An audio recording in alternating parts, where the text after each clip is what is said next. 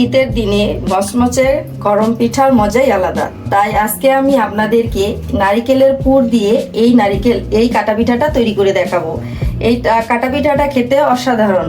ময়দা দিয়ে এই পিঠাটা তৈরি করে আপনারা সহজেই খেতে পারবেন। দেখুন পিঠাটা কত সুন্দর মুচমুচে হয়েছে। আপনাদের সুবিধার্থে ভেঙে দেখাচ্ছি। আমার রেসিপিটি অবশ্যই ফলো করুন। কাটা পিঠাটা তৈরি করার জন্য এখানে আমি খামিরটা করে নিচ্ছি। খামিরটা করার জন্য আমি ময়দা ব্যবহার করেছি, অনেকে চালের গুঁড়ি ব্যবহার করে। আমি ময়দাটাই আমার কাছে ভালো লাগে, তাই আমি ময়দা ব্যবহার করছি। আপনারা যার যা পছন্দ ব্যবহার করে করতে পারেন। এখানে আমি 3 কাপ পরিমাণের ময়দা নিচ্ছি।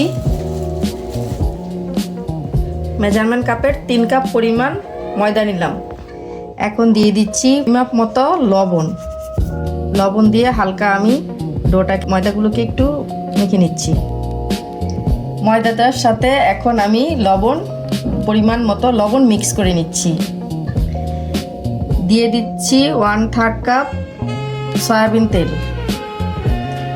তেল দিয়ে আমি ময়দাটার সাথে ভালো করে মিক্স করে নিচ্ছি।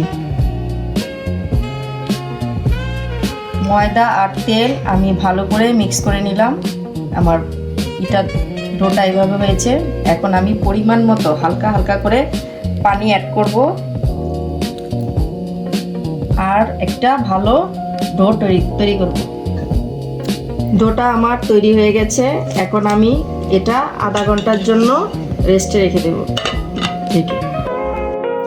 আধা ঘন্টা হয়ে গেছে। এখন আমার পিঠা বানানোর জন্য আমার ডোটা অলরেডি রেডি হয়ে গেছে। এখন আমি আপনাদেরকে এক এক করে পিঠা বানিয়ে দেখিয়ে দিচ্ছি। পুরটা আমার ঠান্ডা হয়ে গেছে। এখন আমি পিঠাগুলো তৈরি করছি। পিঠাটা তৈরি করার জন্য আমি একটি রুটির আকৃতির ডো নিয়ে নিয়েছি।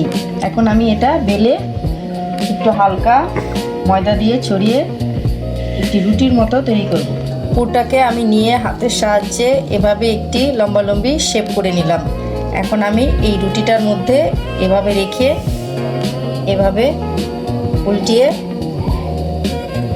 এভাবে শেপ করে আপনারা দেখেই বুঝতে পারছেন এখানে একটি সুন্দর কাটা পিঠার শেপ করে নেব। তারপর আমি ছুরির সাহায্যে এটাকে সুন্দর করে কেটে নেব।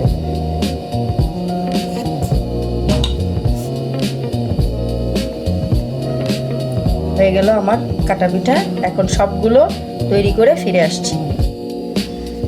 আমি সবগুলো পিঠা তৈরি করে নিয়েছি। এখন আমি ভেজে দেখাচ্ছি। পিঠাগুলো ভাজার জন্য আমি এখানে একটি ফ্রাই প্যান বসিয়ে নিয়েছি। এখন দিয়ে দিব পরিমাণ মতো তেল।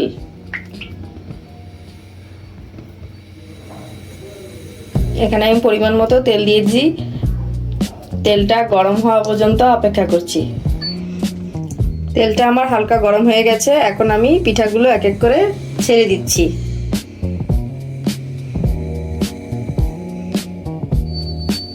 সবগুলো পিঠা আমার দেওয়া হয়ে গেছে। এখন এক পিঠ ভাজা হলে আমি অন্য পিঠ উল্টিয়ে নিব। এক পিঠ আমার ভাজা হয়ে গেছে, লাল হয়ে গেছে। এখন আমি উল্টিয়ে অন্য পিঠ ভেজে নেব। সবগুলো পিঠা আমি অল্প আঁচে মুচমুচে করে ভেজে নিচ্ছি। পিঠাগুলো আমার সুন্দর করে এপিট ওপিট করে লাল করে ভাজা হয়ে গেছে। এখন আমি সবগুলো পিঠা উঠিয়ে নিচ্ছি।